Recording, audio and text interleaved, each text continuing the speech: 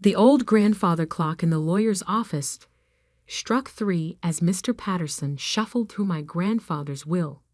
My brother Michael sat across from me in his perfectly tailored suit, already wearing the smug expression of someone who knew he'd won.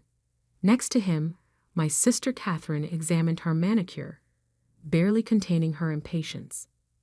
I'm Hannah Miller, the youngest of 3 siblings, and, according to my family, the least successful. While Michael ran his investment firm and Catherine managed her luxury real estate business, I had chosen to study environmental science and sustainable agriculture, choices that had made me the family disappointment. Now then, Mr. Patterson adjusted his reading glasses to the matter of distributing Harold Miller's estate. I caught my reflection in the office window, simple blouse, practical pants, work boots still muddy from my morning at the research center. Next to my polished siblings, I looked exactly like what they thought I was, the family failure. To my grandson Michael Miller, Mr. Patterson read, I leave my investment portfolio, valued at approximately $4 million. Michael's smile widened. No surprise there. He'd been managing those investments for years, carefully positioning himself as the responsible grandchild. To my granddaughter, Catherine Miller, I leave my properties in the city, including the apartment building on 5th Avenue and the commercial space in Brooklyn. Catherine finally looked up from her nails, nodding in satisfaction. The properties were worth at least $6 million. And to my granddaughter, Hannah Miller, Mr. Patterson paused, glancing at me over his glasses. I leave the family farm in Millbrook, including all land, structures, and equipment thereon. The silence lasted exactly 3 seconds before Michael burst out laughing. The farm, he wheezed, wiping tears from his eyes. That worthless piece of dirt? Oh, this is perfect. Catherine joined in with her theatrical giggle. Well, it makes sense. Hannah's always been interested in playing in the mud. Now she can do it full time. I sat there, my face burning, but my voice steady. Are there any conditions attached to the inheritance? Mr. Patterson nodded, relieved to have a serious question. Only that the property cannot be sold for at least 1 year after taking possession. Michael's laughter redoubled. 1 year? You'll be broke by then.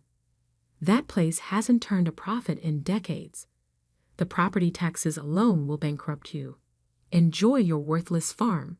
Catherine stood up, already reaching for her designer handbag. Maybe you can grow organic kale or whatever it is you studied in college. I remained seated as they strutted out, still laughing. Mr. Patterson waited until their voices faded before speaking again. There's one more thing, Miss Miller. Your grandfather left this for you. He handed me an envelope, my name written in Grandpa's shaky handwriting. He was very specific that you should receive it only after the others had left. I opened the letter carefully, recognizing the paper from Grandpa's old desk. Dearest Hannah, by now you know about the farm. Your brother and sister will think I'm punishing you, but they never understood what that land really means. They see dirt and crops and outdated buildings. But you've always seen the potential in things others dismiss. Remember the stories I used to tell you about the old barn, about why it was built where it was, and what lies beneath? It's time for you to find out if those stories were true. The key in this envelope opens the locked cabinet in my study. Inside, you'll find everything you need to understand. Trust yourself, little one. You're the only one who can unlock what that farm really holds. All my love, Grandpa. A small brass key fell from the envelope into my palm. I looked up at Mr. Patterson, who was watching me with curious eyes. Did you know about this? He shook his head. Your grandfather was a private man, especially in his later years. But he always spoke highly of you, said you had a gift for seeing value where others couldn't. That evening, I drove out to the farm alone. The spring sunset painted the old buildings in shades of gold, making the weathered wood glow. I'd always loved this place, spent countless summers here helping Grandpa with the horses and listening to his stories. The study was exactly as he left it. Books everywhere, maps spread across the desk, his old leather chair still holding the impression of his favorite reading position. The locked cabinet stood in the corner, untouched since his passing 3 months ago. The key fit perfectly. Inside, I found a stack of notebooks, geological surveys, and maps. Decades of research and observations. But it was the small leather-bound journal on top that caught my attention. The first entry, dated 1962, made my heart stop. Today, I confirmed what I've suspected for years. The geological formations under the North Barn aren't natural. The core samples show clear signs of mineral deposits, but that's not all. The radiation reading suggests something far more valuable. I can't risk anyone finding out until I'm certain, but if I'm right, this farm sits on top of one of the largest rare earth element deposits in North America. I sank into Grandpa's chair, my hands shaking as I turned the pages. For decades, he had secretly studied the land, gathering evidence of what lay beneath the surface. The barn had been built specifically to hide his test sites, its location chosen not for farming convenience, but to mark the center of something extraordinary. The final entry was dated just 2 weeks before his death. Hannah will find this. She's the only one who ever really listened, who understood that this land holds more than just crops. Michael and Catherine want quick profits and easy money. They'll never have the patience to discover what's beneath their feet. But Hannah, she has my curiosity, my determination. She'll know what to do with this knowledge. I stayed up all night, reading through the journals and studying the maps. By sunrise, I knew 2 things with absolute certainty. My grandfather had been right about the mineral deposits, and I was holding information worth millions, possibly billions, of dollars. My phone buzzed. A text from Michael. Hope you're enjoying the dirt farm. Let me know when you're ready to sell it cheap. I might know some developers who take it off your hands. I smiled, looking out over the misty fields toward the old barn. No thanks, I typed back. I think I'll hang on to it for a while. If only he knew what was really hidden beneath that worthless dirt. The first thing I did was call Dr. Sarah Chen, my former professor and mentor in environmental science. If anyone could help me confirm Grandpa's discovery without drawing attention, it would be her. Rare earth elements? She said, examining the geological surveys spread across the barn's work table. Your grandfather was tracking these patterns for decades. The man was brilliant. I nodded, pointing to the most recent readings. He used old equipment, but the signatures are clear. I think there's a massive deposit under this entire northern section. Sarah walked the perimeter of the barn, her instruments beeping steadily. Hannah, if these readings are accurate, this isn't just a deposit. This could be one of the largest rare earth element finds in the country. Do you understand what that means? I did.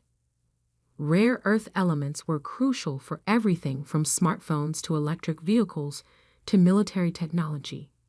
China controlled most of the world's supply, making any significant domestic source invaluable. We need to confirm this properly, Sarah said, already making calls. I know some people who can help, discreetly. Over the next few weeks, a small team of trusted geologists conducted comprehensive surveys of the property. They worked at night, using advanced equipment that would have seemed like science fiction to Grandpa, but their findings confirmed what he had suspected all along. The deposit extends at least 300 acres, Dr. Chin explained, showing me the 3D imaging. Preliminary estimates suggest over 100,000 metric tons of extractable rare earth elements. At current market prices, that's billions. I finished quietly. Not millions, billions. She nodded. And given the growing demand for these elements, the value will only increase. But Hannah, you need to be careful. Once this gets out. She didn't need to finish. I knew what would happen.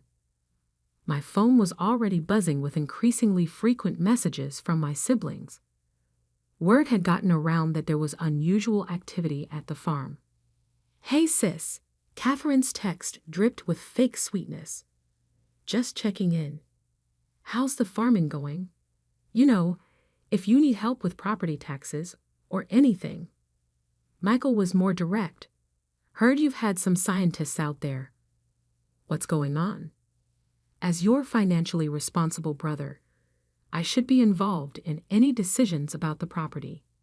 I ignored them both, focusing instead on the next crucial step. I needed capital to develop the discovery, but I had to move carefully.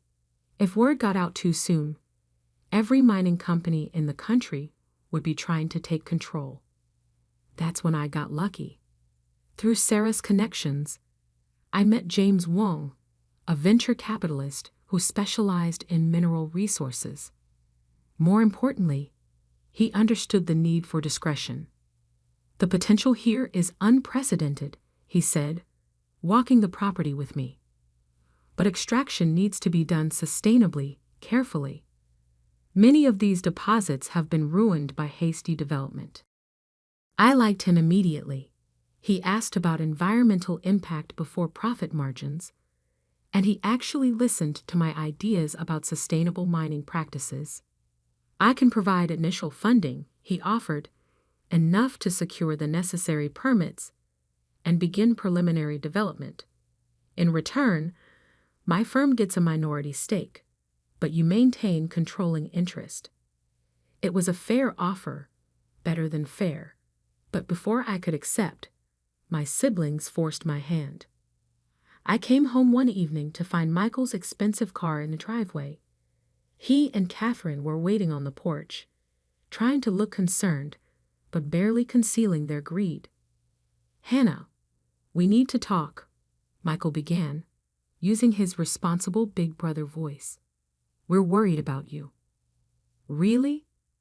I leaned against the porch railing. "You haven't been worried about me for the past 10 years. Catherine stepped forward, all designer clothes and fake sympathy. "We know you've been meeting with investors. You can't handle something like that alone. You need our expertise." "Like you handled Grandpa's investments?" I asked sweetly. "The ones that underperformed the market by 40% under your management, Michael." His face reddened. "That's not. How did you know about that?" "I actually read his financial records, unlike you. Just like I read everything else he left behind." "Look," Catherine cut in, "whatever you found out here, you need help developing it. We have connections, experience." "No," I said firmly. "What you have is regret. You mocked this farm, called it worthless. Now you suspect it might be valuable, and suddenly you want to be involved." Michael's fake concern vanished. "We're your family. We have a right to be part of this." "Family?" I laughed. "When was the last time either of you visited Grandpa? Do you even know what crops he grew here? What he was passionate about?" They exchanged guilty glances. "I'll make this simple," I continued. "This is my inheritance. Grandpa gave it to me because he knew I would understand its true value, not just its monetary worth. You want to know what I've found? Wait and read about it in the papers like everyone else. You'll regret this," Michael threatened. "We can make things very difficult for you." I stepped closer, meeting his eyes. "No, Michael, You can't, because unlike you, I actually learned from Grandpa. I learned how to protect what's valuable, how to plan for the long term. You want to cause trouble? Go ahead. But remember, I have all of Grandpa's records, including some very interesting notes about your investment practices. Catherine grabbed Michael's arm as he started to sputter. Come on, she muttered. This isn't over, Hannah. I watched them drag away, their expensive car kicking up dust on the dirt road. Then I called James Wong. I'll take your offer, I said. But I want to add something to the contract. A clause that specifically prevents any shares from being sold to members of my family. He chuckled. Already done. Your grandfather warned me about them years ago.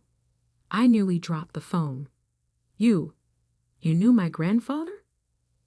Who do you think helped him confirm his initial findings? Harold and I were old friends. He made me promise to look out for you when the time came. Tears filled my eyes as I looked out over the farm, my farm. Even now, Grandpa was still protecting me, still guiding my path. The next few weeks were a blur of activity.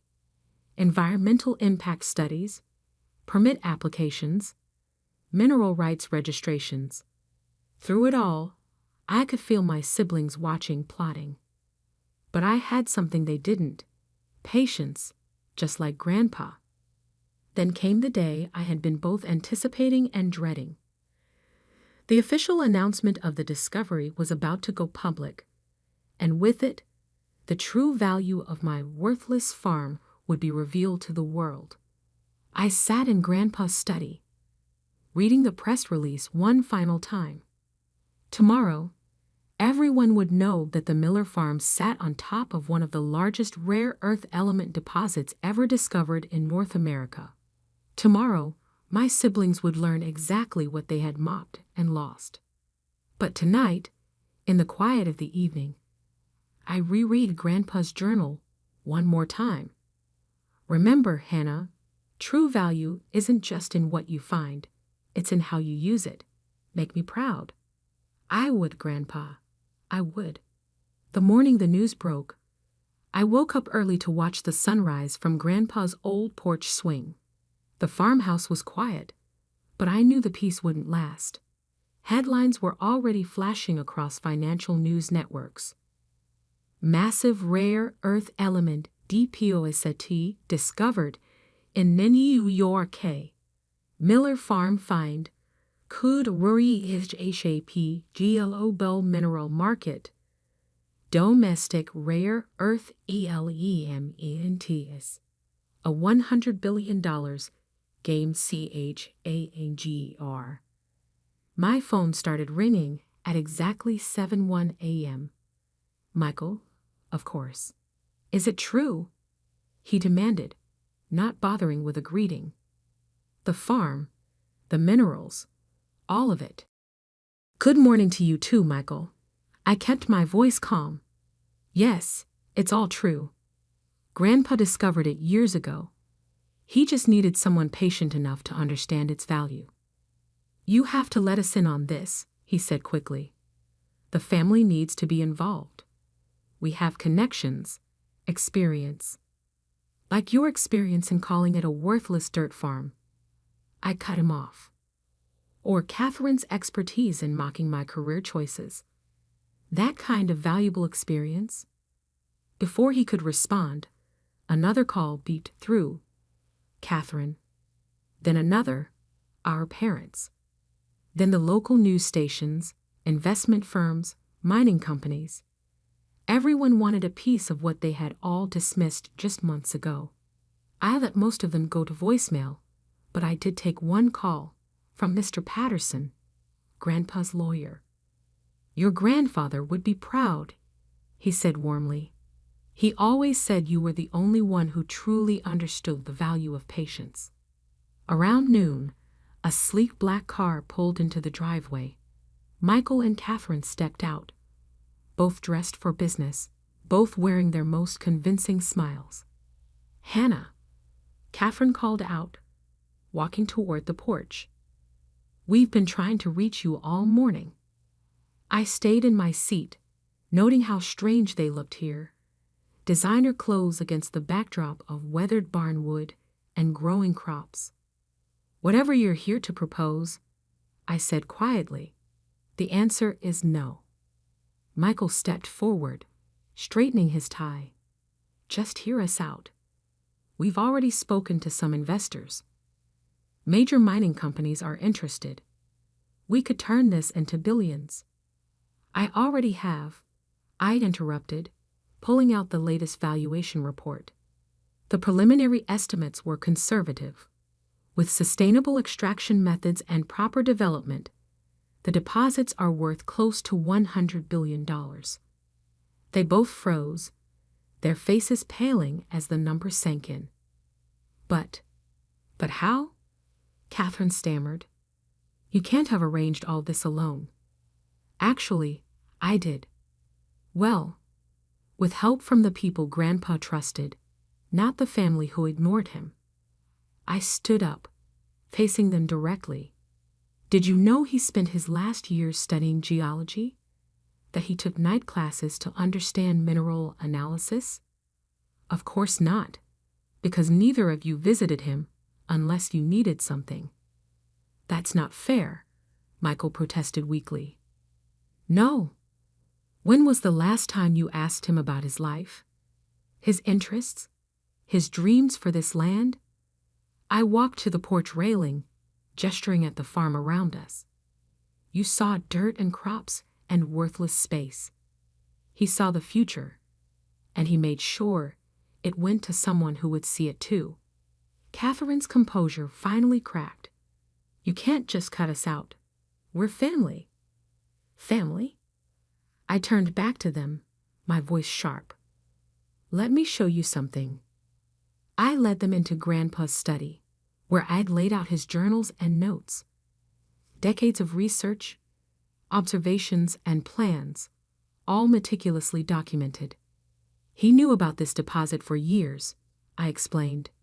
But he also knew that if he announced it too soon, it would be exploited wrongly. The land would be stripped, the environment destroyed, all for quick profit.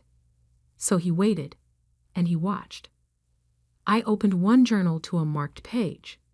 He watched how Michael managed his investments, always looking for fast returns, never thinking long-term. He saw how Catherine treated her real estate clients, squeezing every dollar without concern for community impact. Their faces reddened as I continued, and he watched me, studying environmental science, learning about sustainable development, understanding that true value isn't just about money. So this was his revenge. Michael's voice was bitter, punishing us by giving everything to you. No, I shook my head. This was his legacy. He gave the farm to the person who would develop it responsibly, who would use its resources to do more than just get rich. I handed them each a folder. Inside, you'll find the preliminary plans for the Miller Sustainable Development Project, a rare earth element extraction operation that will set new standards for environmental protection, a research center for developing green mining technologies, a foundation to fund scientific education. They flipped through the papers silently as I continued. This isn't just about mining minerals. It's about changing how we think about resource development. And yes, it will make billions, but those billions will do more than just make us rich. Catherine looked up, tears in her eyes. We really never knew him, did we? No, I said softly. You never tried. Michael was still staring at the plans. These are impressive. The technology, the environmental protections. This could revolutionize the entire industry. That's what Grandpa wanted. I nodded. He used to say that true wealth isn't what you take from the land, it's what you give back to it. They stayed quiet for a long moment, finally seeing the farm, and our grandfather, through new eyes. So what now? Catherine finally asked. Where do we fit in? I took a deep breath. That depends on you. I'm establishing a board of directors to oversee the foundation's charitable work. There are seats available, but they come with conditions. What conditions? Michael asked cautiously. You have to earn them. Spend a year working in environmental conservation. Learn about sustainable development. Prove that you understand what Grandpa was trying to build here. Then we can talk. To my surprise, they both nodded slowly. He really was brilliant, wasn't he? Catherine said quietly, looking around the study.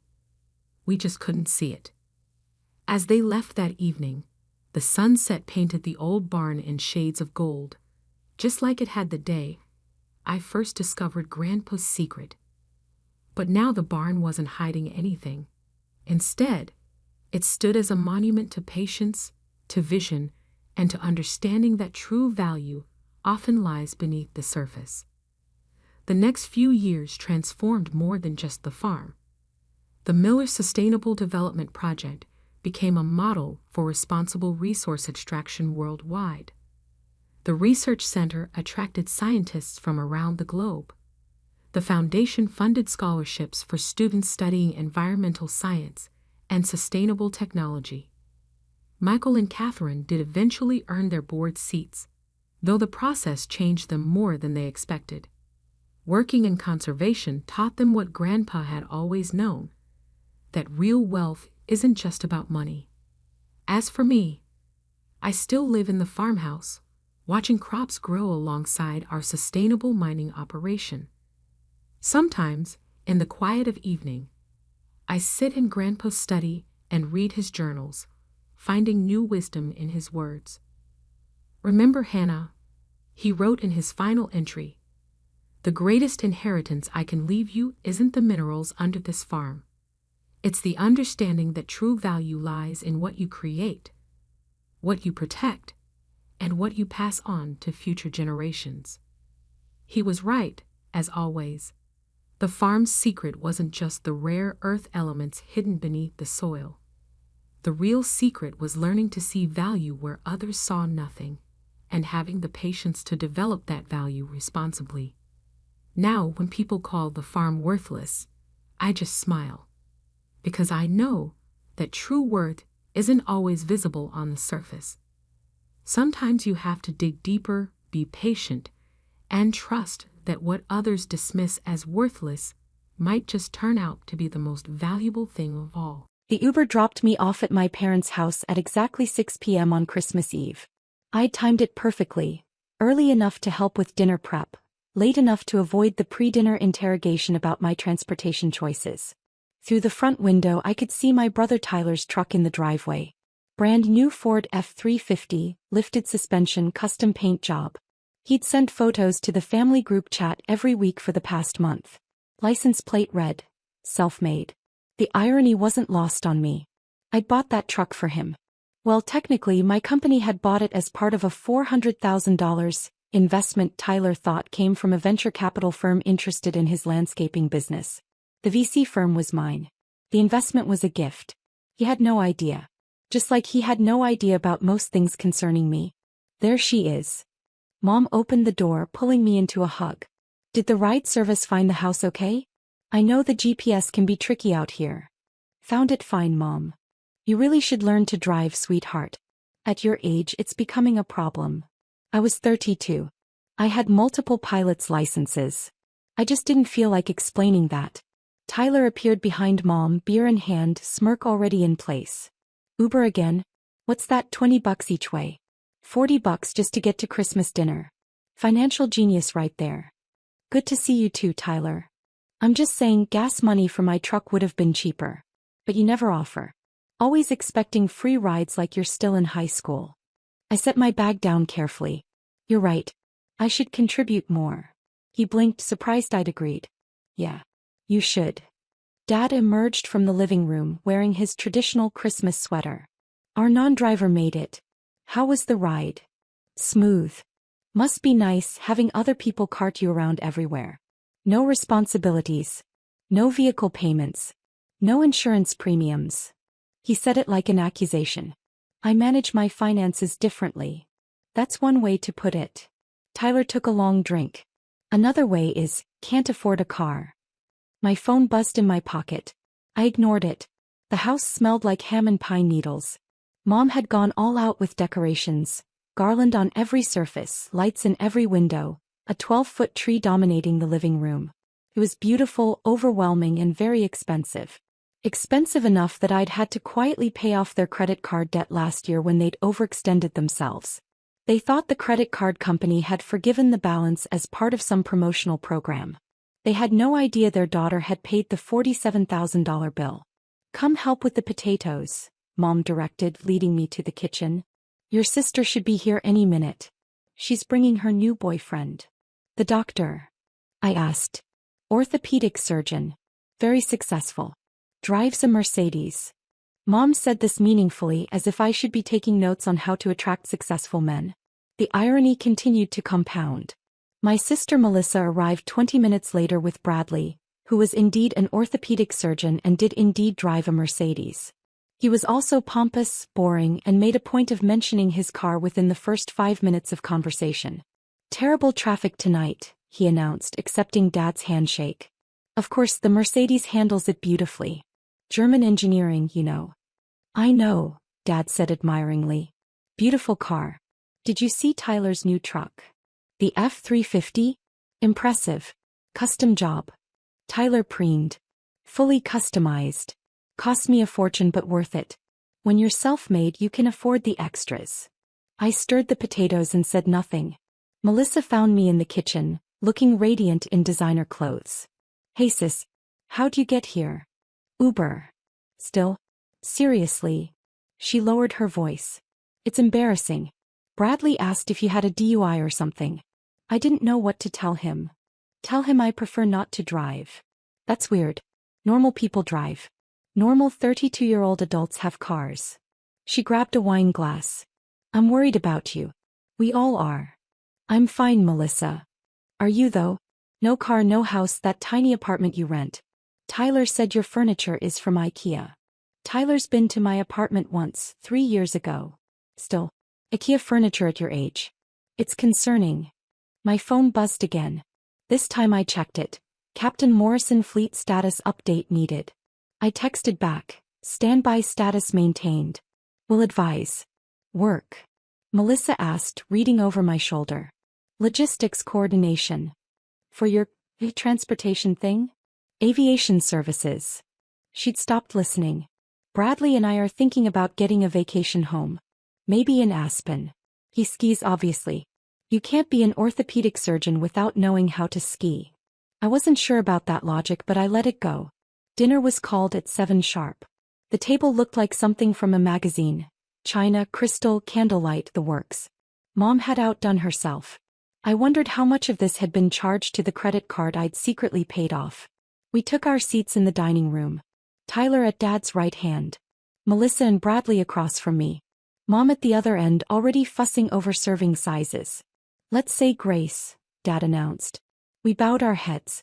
Dad thanked God for family, health, success, and Tyler's business acumen. He thanked God for Melissa's wonderful new relationship and Bradley's prestigious career.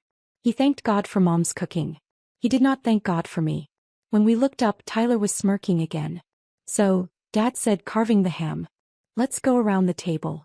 Everyone share their biggest accomplishment this year. Tyler, you start. Tyler leaned back, hands behind his head. Easy. Grew my landscaping company by 40%. Added 3 new trucks, hired 5 employees, and landed the contract for the Morrison Corporate Park. That's 20 acres of premium commercial landscaping. 6-figure annual contract. Everyone applauded. Self-made, Dad said proudly. That's my boy. I'd brokered the Morrison contract. Morrison Corporate Park was owned by Morrison Enterprises, which was a subsidiary of my holding company. Tyler had no idea he was landscaping property I owned. Melissa. Dad prompted. Well, Bradley and I started dating. She beamed at him. And I got promoted to senior marketing manager. 15% raise. More applause. Bradley. Dad asked. Published 3 papers in orthopedic journals. Performed 2 groundbreaking knee reconstruction surgeries. Bought the Mercedes. He said this without irony. Impressive, Dad nodded. Very impressive. And you, honey? He looked at Mom. I organized the church fundraiser that brought in $50,000 for the new youth center. And I redid the kitchen backsplash. Beautiful work, Dad agreed. Then his eyes landed on me. And what about you? Any accomplishments to share? The table went quiet. I cut my ham carefully. I had a good year. Specifically, Tyler pressed. Business expanded. Revenue increased. Successfully managed several complex projects. Your transportation coordination thing? Melissa asked with barely concealed pity. Aviation services, yes. Are you making any money at it? Dad asked. Actual money? We're profitable, yes. Tyler laughed. Profitable enough to buy a car? Or are you still Ubering everywhere? I use various transportation methods. That's a no. He looked at Bradley. She's been building this business for 9 years. 9 years and she still can't afford a vehicle. Meanwhile, I built a real company in half that time. Different industries, I said mildly. Different work ethics, you mean? Tyler was warming to his subject. Some people talk about business. Other people actually do business. Guess which one owns 3 trucks? My phone buzzed insistently. I glanced at it under the table. Captain Morrison weather window optimal. Confirm status. I texted, maintain holding pattern. Will confirm in 30 minutes. Always on that phone, Dad observed. Who's so important they need you on Christmas Eve? Just coordinating some logistics. On Christmas, Bradley said incredulously. That's poor work-life balance. In my practice, I maintain strict boundaries. Your practice called you twice during dinner, Melissa pointed out. Emergencies are different. I'm a surgeon. And she's... Tyler waved his fork dismissively. What are you exactly? What do you actually do? I took a sip of water. I coordinate aviation operations. Like for an airline? Private aviation. So you book flights for rich people? Melissa asked. Something like that. That explains the no-car thing, Tyler said. Entry-level booking jobs don't pay much. Maybe in another 9 years, you'll afford a used Honda. Dad frowned. Is that really what you've been doing? Booking flights. We thought you owned the company. I do own the company. Silence. Then Tyler burst out laughing. You own it? You own a private aviation company? That's the story you're going with. It's not a story. It's my company. Right. And I'm the King of England. He looked at Bradley. She does this sometimes. Lives in Fantasyland. It's sad really. Tyler, Mom said weakly. Don't be cruel. I'm not being cruel. I'm being honest. She's 32, no car, no assets, living in a rental apartment with IKEA furniture.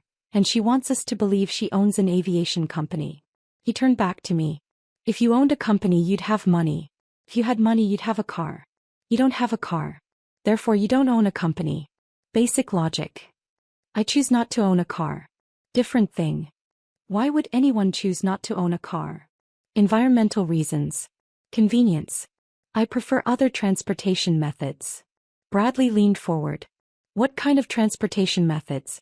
Because from what I understand, you've been asking family members for rides constantly. I blinked. I haven't asked anyone for a ride in 3 years. You asked me for a ride to Mom's birthday last year, Tyler said triumphantly. You offered. I said I already had transportation arranged. You insisted because it was on your way. He faltered. Well, you should have been more grateful. I thanked you multiple times. Not enough, apparently. Dad's voice had an edge. Tyler's brought up several times how you never offer gas money. Because I never ask for rides. But you accept them, Melissa added. And you never contribute. Never chip in. That's taking advantage. I set my fork down. How much would you like me to contribute? Tyler scoffed. Can you even afford gas money? $20. 30. How much? You tell me. What's your budget? My phone rang this time. Captain Morrison. I stood up. Excuse me. Oh no, Tyler said. You're not running away from this conversation. Sit down. I answered the phone. Go ahead, Captain. Ma'am, I need confirmation on the flight plan. We've been holding at altitude for 40 minutes. Fuel consumption is becoming a factor. Descend to the coordinates I sent. Prepare for landing. Landing where, ma'am? Those coordinates show a residential area.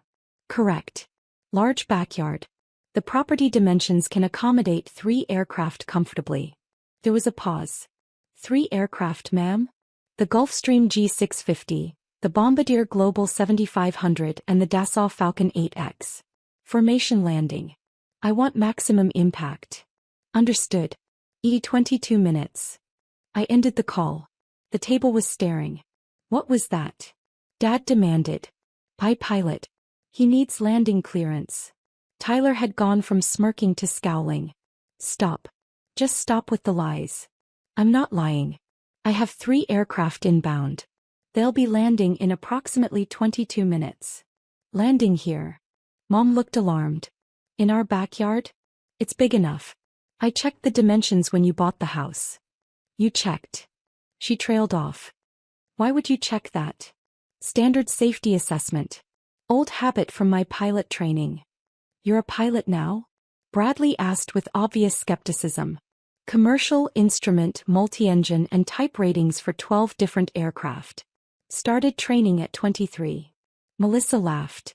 This is getting ridiculous. Next you'll say you went to medical school too.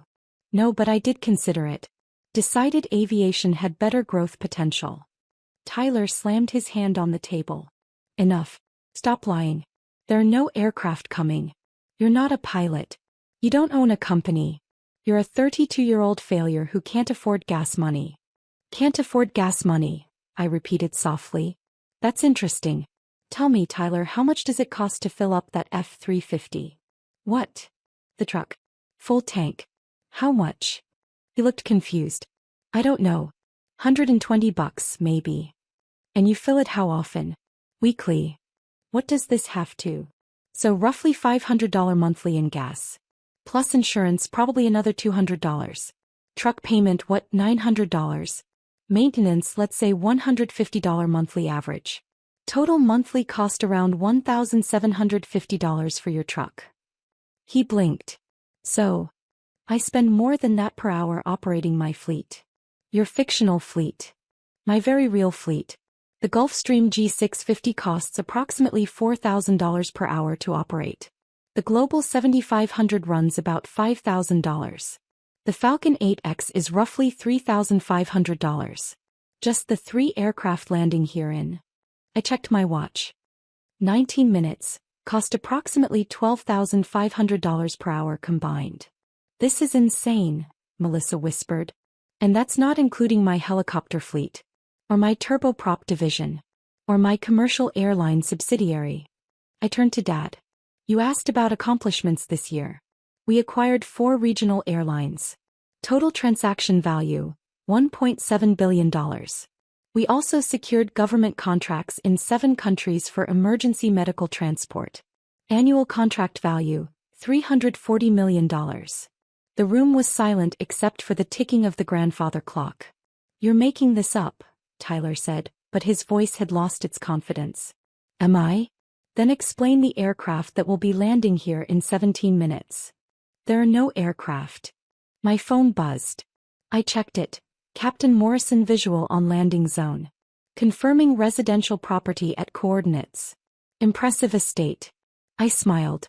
They've got visual on the property. Mom stood up shakily. This isn't funny anymore. If you're playing some kind of prank. No prank, Mom. Just 3 private jets worth a combined $220 million coming in to pick up their owner. Their owner, Bradley repeated slowly. You're saying you own 3 private jets? 53 actually. Plus 86 helicopters. But only 3 jets are landing here tonight. I didn't want to overwhelm the neighbors. Dad's face had gone from ruddy to pale. How could you possibly afford? The same way anyone affords things. Revenue exceeding expenses. My company did $2.9 billion in revenue last year. Net profit margin around 18%. That's roughly $522 million in profit. I own 60% of the company. Do the math. Tyler was doing the math. Badly. That would mean you made $313 million last year, yes. Before taxes. After taxes, still substantial. You're a. Melissa couldn't finish the sentence. Multi-millionaire? Suppose. Though at a certain point, the exact number becomes less meaningful than the infrastructure. I focus more on fleet capabilities, route optimization, and market expansion. But you rent an apartment, Mom said faintly. With IKEA furniture. I rent 12 apartments. In 12 different cities. Wherever I do business. The IKEA furniture is in my Singapore apartment because I'm only there 2 weeks per year. Seemed wasteful to buy expensive furniture I'd rarely use. The New York apartment has custom pieces. The London flat is furnished with antiques. Different spaces, different purposes. Bradley had his phone out, typing frantically. Transglobal Aviation Services. Is that your company? I nodded. Says here, oh my God. Says here you're the founder and CEO. The company is valued at $4.2 billion.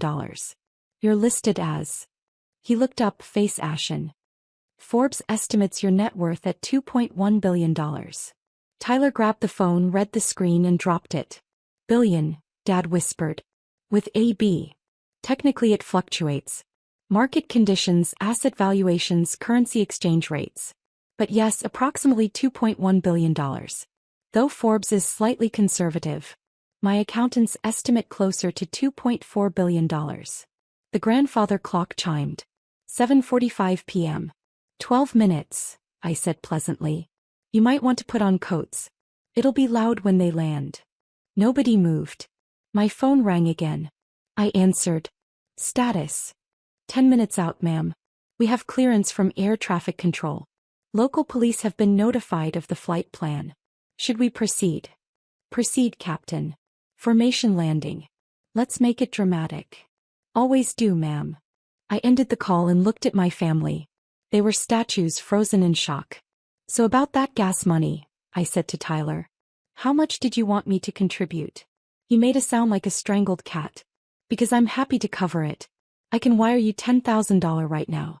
Would that cover your gas expenses for the next year? Stop, he whispered. Or I could buy you a new truck. Fully loaded. Custom everything. Would that make us even? Please stop. I'm just trying to contribute. You said I never contribute. I'm contributing. Melissa had tears running down her face. Why didn't you tell us? I tried. 9 years ago when I started the company. You laughed. Said I was wasting my life. Said I should get a real job. I looked at Dad. You told me I was being ridiculous. That aviation was too expensive, too complicated, too competitive. I was trying to protect you, he said weakly. You were dismissing me. There's a difference. I turned to Tyler. And you've spent 9 years mocking me. Every family gathering, every holiday, every phone call. When are you getting a real job? When are you buying a car? Stop living in fantasy land. I didn't know. You didn't want to know. When I tried to tell you about my first major contract, you changed the subject to your landscaping business. When I mentioned buying property, you assumed I meant a rental.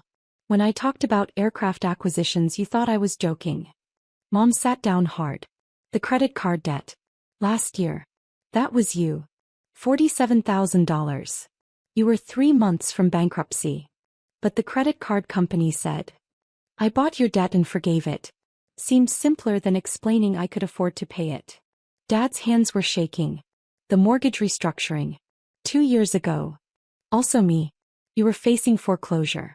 I purchased the note, restructured the terms, lowered your payment by 40%. Oh my God, Mom breathed. And Tyler's business, I continued, looking at my brother. That $400,000 investment from Venture Growth Partners? That was my money. My firm. I've been funding your expansion for 3 years. Tyler's face crumpled. No. The Morrison Corporate Park contract? Morrison Enterprises is my subsidiary. I approved your company specifically because I knew you'd do good work. You've been supporting you while you mocked me? Yes. The sound of jet engines became audible in the distance. 5 minutes, I said, checking my phone. Bradley was still scrolling, still reading, still processing. Your helicopter division provides all medical transport for 6 Western states. Your airline subsidiary operates in 14 countries. You have government contracts on 4 continents. You employ over 3,000 people. 3,247 as of last Friday. We hired 12 new pilots and 33 maintenance crew. The jet noise grew louder. You should probably step outside, I suggested. It's going to be quite a show. We filed out to the back patio like zombies. The yard was exactly as I remembered. Expansive, well-maintained, perfect sight lines. I'd chosen this property specifically for its clearances when I'd anonymously purchased it for my parents 5 years ago. They'd thought they'd gotten lucky with an inheritance from a distant relative. The distant relative was me. The jets appeared in formation over the tree line. 3 sleek aircraft, lights blazing, descending in perfect synchronization. The Gulfstream G650 led, with the Global 7500 and Falcon 8X flanking. They were magnificent against the winter sky. Tyler fell to his knees. The jets touched down in sequence, their precision absolutely perfect. The yard was large enough that they had plenty of room, though the trees definitely felt the downdraft. The noise was spectacular. A thunderous roar that rattled windows and set off car alarms down the street. Neighbors were coming outside, phones up, filming. The jets powered down to idle. Cabin doors opened. Flight crews emerged in crisp uniforms. Captain Morrison descended first, approaching with a salute. "Ma'am." Fleet delivered as requested. All systems nominal. Beautiful property for a landing. "Thank you, Captain. Excellent approach. We aim to please." He handed me a tablet. "Flight logs for your review. Also, operations wants confirmation on the Singapore departure tomorrow." "Confirmed. 0900 local time. I'll be bringing family gifts, so we'll need extra cargo space." "Already arranged, ma'am. The Global 7500 has been outfitted for maximum cargo capacity." "Perfect." I turned to my family. They were staring at the jets, at the crews, at me. "So," I said pleasantly, "who wants a tour?" Nobody spoke. The Gulfstream is my usual aircraft for transcontinental flights. 16 passenger capacity, full bedroom, shower, conference space. The Global is for international. Longer range, more luxurious. The Falcon is my working plane. Mobile office setup, satellite communications, everything I need to run operations from 45,000 feet. "This is real," Melissa whispered. "This is actually real. Did you think I was lying about the aircraft landing in your backyard?" "Yes." "Obviously yes." I smiled. "Would you like to see inside?" Captain Morrison was already lowering the stairs on the Gulfstream. I gestured for my family to follow.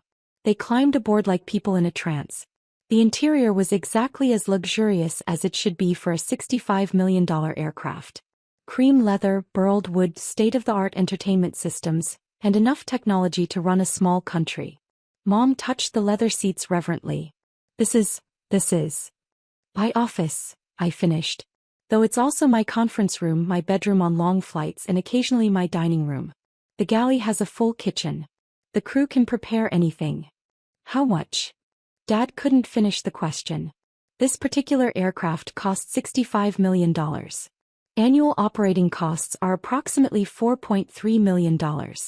I use it about 300 hours per year, so roughly $14,000 per flight hour when you amortize everything." Tyler was crying now, silently, sitting in one of the leather chairs. "I'm sorry," he said finally. "I'm so sorry." "For what specifically?" "For everything. For mocking you. For dismissing you. For the gas money comments. For assuming you were a failure. For 9 years of being a complete ass." "You were protecting yourself," I said. "You'd built this identity around being the successful one. The self-made man. Admitting your sister was more successful would have shattered that identity. That doesn't make it okay." "No, it doesn't." Melissa was exploring the bedroom. "There's a king-size bed. A shower. A closet full of designer clothes. I keep outfits on every aircraft. Never know where I'll land or what meeting I'll need to take. This is more luxurious than my apartment." "Your apartment is lovely, Melissa. Different purposes." He turned to me, mascara smeared. "I've been such a bitch to you." "Yes, you have. I thought I was being helpful. Encouraging you to be more conventional. You were being judgmental." There's a difference. Captain Morrison appeared in the doorway. Ma'am, operations needs a decision on the Amazon acquisition. The call is scheduled for morning, but they want preliminary approval tonight. The aviation division? Yes, ma'am. 47 aircraft, solid infrastructure. Asking price is $3.2 billion. Counter at $2.8 billion.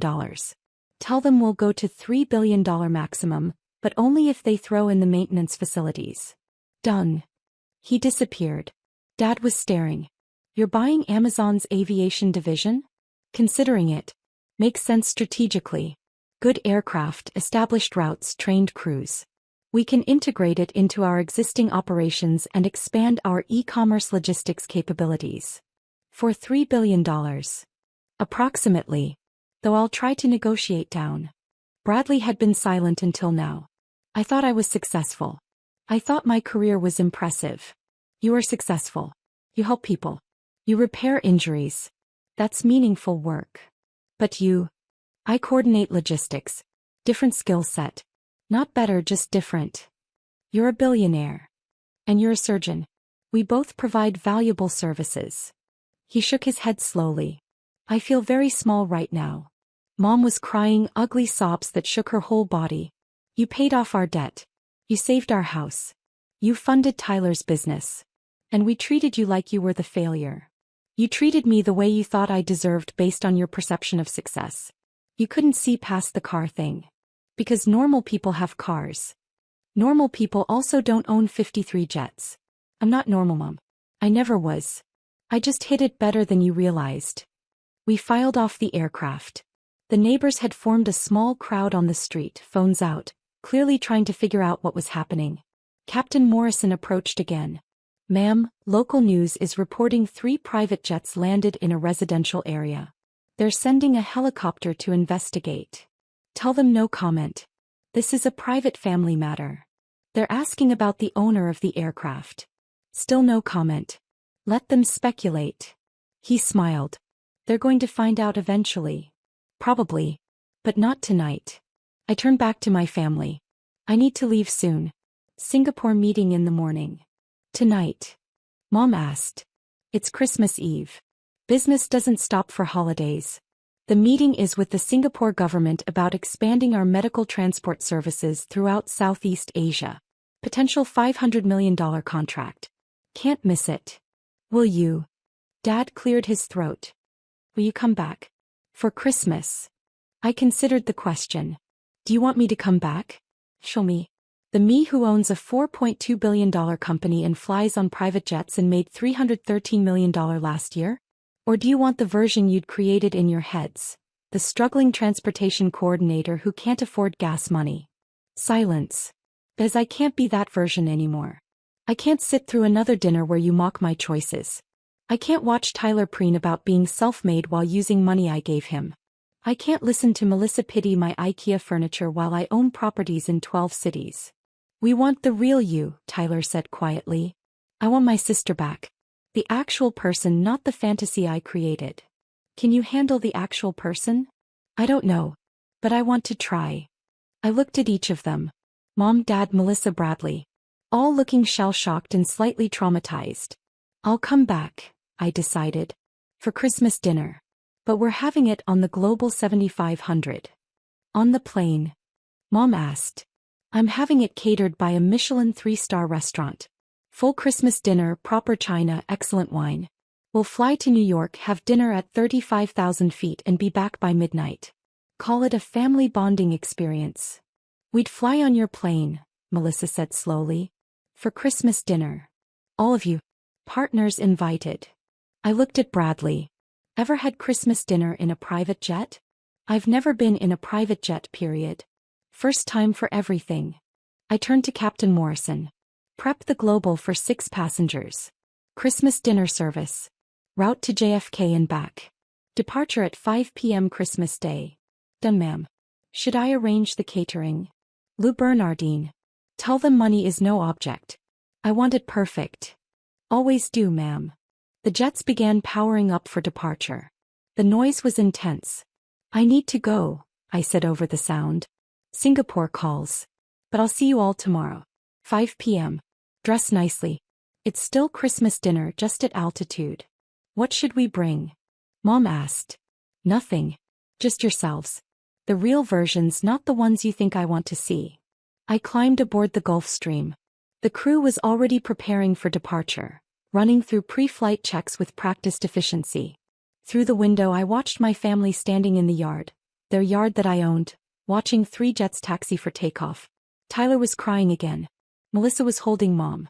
Dad was staring at the Gulfstream like it was a UFO. Bradley was taking notes on his phone, probably processing the fact that his girlfriend's little sister was worth more than everyone he'd ever met combined. The jets lifted off in sequence. The Falcon first, then the Global, then my Gulfstream. We climbed into the winter sky, leaving the neighborhood behind. My phone buzzed. A text from Tyler. I don't deserve your forgiveness, but I'm grateful for the chance to try. Also, thank you for the investment. I'll pay you back. I texted back. It was a gift, not a loan. Merry Christmas. Another text from Melissa. I've been awful to you. I'm sorry. See you tomorrow. I promise to be better. And finally from Dad. Proud of you. Should have said it years ago. See you Christmas. I didn't respond to those. Words were easy. Tomorrow's dinner would show if they meant it. Captain Morrison appeared from the cockpit. Ma'am, we're climbing through 20,000 feet. ETA to Singapore is 14 hours. You should get some rest. I will. Thank you, Captain. By the way, that was the most dramatic landing I've ever conducted. 3 jets in a residential backyard for a family Christmas dinner. That's a new one. I smiled. Had to make a point. Point made, I'd say. Your brother looked like he'd seen God. More like he'd seen the consequences of 9 years of dismissiveness. That too. He returned to the cockpit. I settled into the leather seat, watching the landscape shrink below us. Somewhere down there, my family was processing the reality that the daughter they'd dismissed had built an empire while they weren't paying attention. Tomorrow would be interesting. Christmas dinner at 35,000 feet with people who'd spent 9 years telling me I couldn't afford gas money. I pulled out my tablet and reviewed the Singapore contract details. $500 million over 5 years with options to expand. It would require 14 new helicopters and 3 new administrative centers. Worth the Christmas Eve meeting. My phone rang. Operations. I answered. Go ahead. Amazon accepted your counteroffer. $2.8 billion for the aviation division, including maintenance facilities. They want to close by March. Approved. Start due diligence immediately. Done. Also, the Singapore government pushed the meeting back 3 hours. You'll have time to rest. Perfect. I ended the call and looked out the window. Stars above, clouds below, Singapore ahead. And tomorrow, Christmas dinner with family who'd finally seen the truth. Not bad for someone who couldn't afford gas money. Hello, are you Yumi's mother? I'm calling from the nursery school. Ha! What is it? I was puzzled by the sudden call from the nursery school. At first, I thought it might be some kind of prank, but then the teacher on the other end of the line spoke in a somewhat stern tone. Could you please come to pick up Yumi? The time we can keep her has already passed. I couldn't comprehend what I was hearing.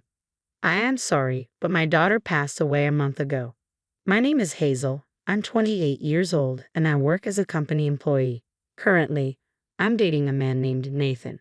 We met at a mixer, and since we were the same age and had similar interests, we hit it off. He seemed like a typical company employee, stable, calm, and sensible. These qualities are important to me, especially since we're at an age where marriage is on the horizon. It's no longer just about appearances. Nathan is a kind person who exceeds my expectations and makes me feel at ease. On our dates, he always comes up with creative ideas, and when we spend time at his place, he prepares delicious meals with impressive skill. This eggplant dish is really good, isn't it? He said one evening, serving up a meal. It's surprisingly easy. I just make it quickly in the microwave. That's amazing. You're really good at Japanese cuisine, I replied, impressed. Yeah, actually my family runs a small restaurant. Really? This was something I learned when we first started dating.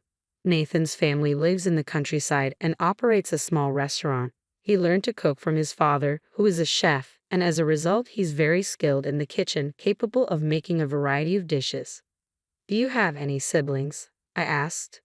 Yeah, I have a younger sister, he answered. Knowing that he had a sister meant he was the eldest son, which made me wonder if he might take over the family business someday. What are you thinking about doing in the future? With your job, I inquired. After a pause, he replied, after working at the company for a bit longer, I plan to return to my hometown and take over the family's small restaurant. I think I'll start with a training period. Oh, is that so? I was a bit taken aback by his plans. If we were to get married, I'd have to leave my current job and move with him. I work as a web designer, and I really enjoy my job. I hadn't considered quitting anytime soon, but at the same time, I wanted to be with Nathan. Before I knew it, I found myself discussing this dilemma with a senior colleague at work. Then why don't you try applying for remote work? She suggested. Really? The advantage of our job is that we can do it anywhere as long as we have a computer. If you manage your work properly, some companies will allow you to work from home. I'm sure your company can accommodate that too. Is that so? Hearing her words filled me with hope. This meant I could continue my current job even if I moved with Nathan. In fact, after I talked to Nathan about the future, he admitted that he had been thinking he would have to make me quit my job and take me with him if we got married, which had made things feel a bit awkward between us. I immediately asked my boss if it was possible to switch to remote work. If you meet the criteria set by the company, there should be no problem, was the response. As for the internet connection and computer, everything was falling into place. This meant that if I wanted to, I could move to Nathan's hometown right away. After confirming with my boss, I shared the news with Nathan on our next date. Really? So you mean you can continue your current job while living in my hometown? He asked, a mixture of surprise and relief on his face. Yes, that's possible, I replied with a smile. That's great. He looked genuinely relieved, and seeing his expression made me feel the same way. It didn't take long after that for us to decide to get married. Hazel, if you don't mind, would you marry me and move to my hometown? Nathan asked one evening, his voice filled with sincerity. Yes, I'd love to, I said without hesitation. And so, we decided to tie the knot. When I told my parents about the move, they seemed a bit sad but ultimately supported me, sending me off with the words, "Be happy." Nathan and I got married and started our life together. He began working at his family's small restaurant under his father's guidance. Since the restaurant was next to his parents' house, we initially lived with them. At the suggestion of my in-laws, who wanted Nathan to focus on learning the business without worrying about household chores, they proposed that we stay with them to lighten our load. However, I would later realize that this decision was a mistake. Living with my in-laws turned out to be more challenging than I had anticipated. Hazel, how long do you intend to stay holed up in your room? My mother-in-law, Susan, said one day, knocking on the door forcefully. I'm working, Susan. I'm actually working right now, I explained. Working? You're always in your room. What kind of work are you doing? Are you trying to deceive me with that excuse? She retorted, her tone filled with suspicion. I'll never accept it, my mother-in-law declared. But I really am working, I insisted. Don't lie. You're just playing around, drawing pictures on that computer, aren't you? She snapped, glancing at my screen. This is called web design. It's my job, I explained, trying to remain patient. I won't be fooled. It's shameful for an adult to be wasting time drawing pictures, she retorted. My mother-in-law likely held old-fashioned views and didn't seem to grasp the concept of working from home. To her, I wasn't really working. I was just cooped up at home, neglecting household chores. I never thought I'd have such a lazy daughter-in-law. Nathan is working hard to become first class, and here you are, playing around like a parasite. Try to be more useful, she criticized almost daily, making it increasingly difficult for me to concentrate on my work. Desperate to change the situation, I decided to talk to my husband about it.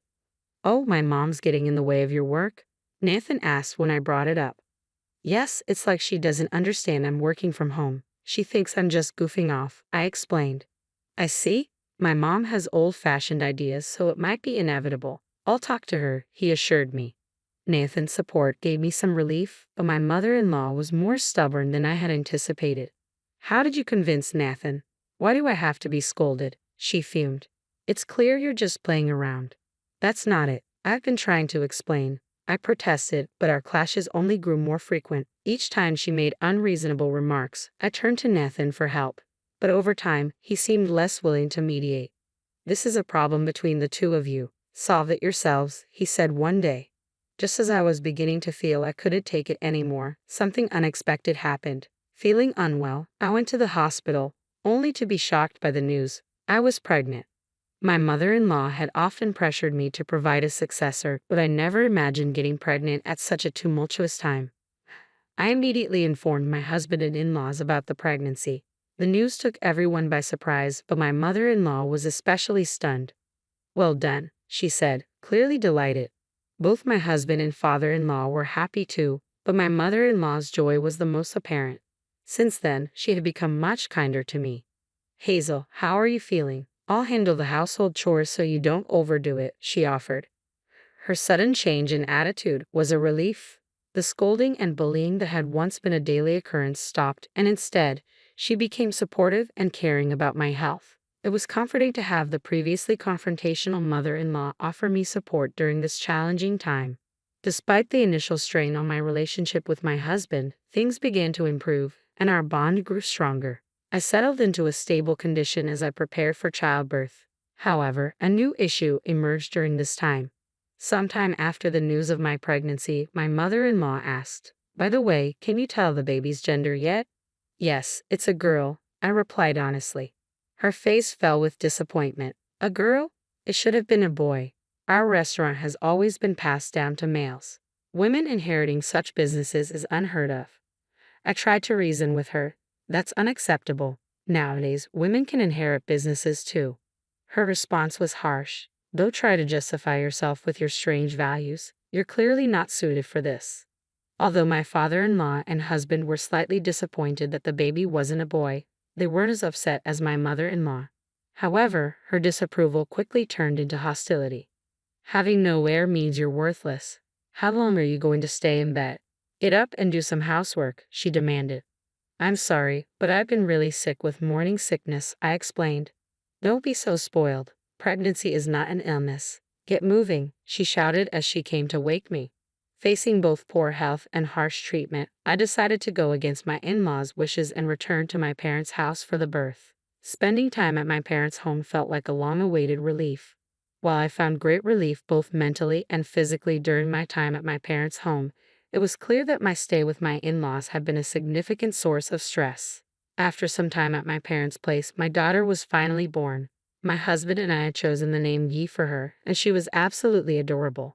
I made a firm promise to protect her with all my heart. Perhaps because the hospital where I gave birth was in my hometown, none of my in-laws visited. Not even once. I had hoped my husband would come, but he couldn't make it due to the restaurant's demands. After resting and regaining my health, I decided to return to my in-laws' home, but I quickly regretted it. My mother-in-law greeted me with an angry expression. "You've taken your sweet time bringing back my grandchild. Why the delay?" "I'm sorry. I needed some rest," I explained. "Rest? We've been incredibly busy." "What do you mean by busy?" she retorted. "The restaurant was featured in magazines and on TV, and we've been fully booked every day. I even had to help out there," I said. "I see. That's why I need you to come to the restaurant immediately," my mother-in-law demanded. Feeling overwhelmed, I saw no other option. My husband also urged me to help, explaining that the restaurant was in trouble. Reluctantly, I put my daughter in daycare and began assisting at my in-laws' restaurant. The real challenge started then. I had to work at the restaurant every day, manage all the household chores, and care for my child.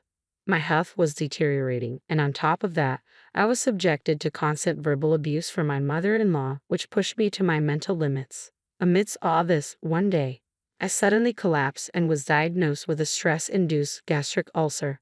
After regaining consciousness, I explained my situation to the doctor, who advised that I would need a longer hospital stay than usual. When I informed my mother-in-law, her response was devoid of concern. "What a troubled woman," she said dismissively over the phone. Meanwhile, my husband apologized, saying, "I'm sorry for pushing you too hard." But it felt too little, too late. I couldn't shake the feeling that he too was responsible for letting things spiral so badly. During my hospital stay, Rose, who worked at a small restaurant, came to my aid. "I'll take care of you," she said. "I'll handle the drop-offs and pickups for your daughter." "Thank you so much," I said, deeply relieved. Rose's help with daycare was a lifeline, allowing me to focus on my recovery with some peace of mind. However, a few weeks into my hospitalization, I received a frantic call from my husband. Hazel, please calm down and listen. Yumi, she's died. She was caught in a big fire and her body couldn't be saved. The words struck me like a blow and I could barely process the news. I'm sorry, but I'm also suffering, he said. The shocking news left me deeply unsettled. When I returned to my in-laws' home after being discharged, I was met with the grim sight of an urn containing my daughter's ashes. Overwhelmed with grief, I was further stunned by my husband's next statement. I'm giving you this urn and asking for a divorce. I can't continue our marriage with the loss of our daughter and the ongoing issues with my mother. I understand if you're fed up with the situation. I am, I said. I'm done with your mother's bullying and your inability to protect me. I'll leave. Determined to move on, I decided to leave my in-laws' home and pursue a divorce. When I returned to my parents' house, their warm welcome provided a much-needed source of comfort in the depths of my sorrow. When I explained my situation to my company where I had been taking time off, they were understanding and allowed me to extend my leave. After a month of rest, I received an unexpected phone call. Hello, is this Yumi's mother? This is a staff member from the nursery. Why are you calling? I was initially puzzled and thought it might be a joke. But the voice on the other end was stern. Could you please come and pick up Yumi? It's past the time we can keep her. Confused, I replied, I'm sorry, but my daughter passed away a month ago. The teacher's tone shifted to anger. Why would you say such a thing? It's unthinkable to neglect your own child. Please come quickly. Overwhelmed by their reaction, I rushed to the nursery. To my shock, I found Yumi there, alive and laughing joyously. The relief of seeing her safe was immense. A teacher approached me, clearly having realized the misunderstanding. We were told by your mother-in-law that you were too busy to pick up Yumi, so she's been bringing her here daily. Hearing that my mother-in-law had falsely claimed Yumi was in my care while she was actually alive at the nursery filled me with rage. My contact information was listed as the emergency contact, which is why the nursery had called me. My husband and father-in-law had deceived me, and I was furious. Taking Yumi, I returned to my parents' home. As I settled in, I received a call from an unknown number. It was my mother-in-law. Why did you take Yumi back without permission? She yelled. I retorted, why did you lie about Yumi's death? I found out she was alive and left at the nursery. If you all want to lie to make things easier for yourselves, that ends now. I will raise my daughter myself. Do as you like, but don't contact me again. My mother-in-law was silent and then hung up. Fueled by anger, I resolved to uncover the full truth about the situation. I went to my in-laws' house armed with important documents. What are you doing here? My mother-in-law asked, visibly surprised. That day, the restaurant was closed and the whole family was at home, including another key person. I've come to discuss the affair between Nathan and Rose, I said. The mention of the affair visibly shook my in-laws. Affair? What are you talking about? My ex-husband asked, his face paling. I presented documents proving that Rose was pregnant and that Nathan was the father. According to these, Rose was pregnant around the time I gave birth. While I was in the dark, you two were involved in an affair that led to this pregnancy. To cover it up, you lied to me about Yumi's death. Their faces turned even whiter as they absorbed my words. I'm relieved that Yumi is safe, but I will be demanding compensation for my mental distress and child support, I declared. My ex-husband began to apologize profusely. I'm truly sorry. It was wrong. This was all my mother's idea, and I was against it. We intended to put Yumi in a child welfare institution. Child welfare institution? What are you talking about? I demanded. He revealed a shocking truth. The plan had been to fake Yumi's death and place her in a child welfare institution to avoid paying compensation and child support. My anger reached its peak. I'm truly sorry. Please, I beg you to overlook the compensation and child support, he pleaded. There's no way I can forgive that. I'm going to sue you. Be prepared, I replied, and left the house. Following these events, I demanded compensation from Nathan and Rose and sought child support from my ex-husband. I also detailed the situation to neighbors, regular customers of the restaurant, and mothers from the nursery school. The scandal spread quickly, tarnishing my in-laws' reputation. As word spread on social media and even new customers who had heard about the restaurant through magazines stopped coming, the family's small restaurant was forced to close within a year. It felt like just deserts for their despicable actions. Meanwhile, I continued working from home at my parents' house, focusing on raising my daughter. She's growing up well, and both my parents and I are delighted to see her thrive. I plan to keep working hard for her future.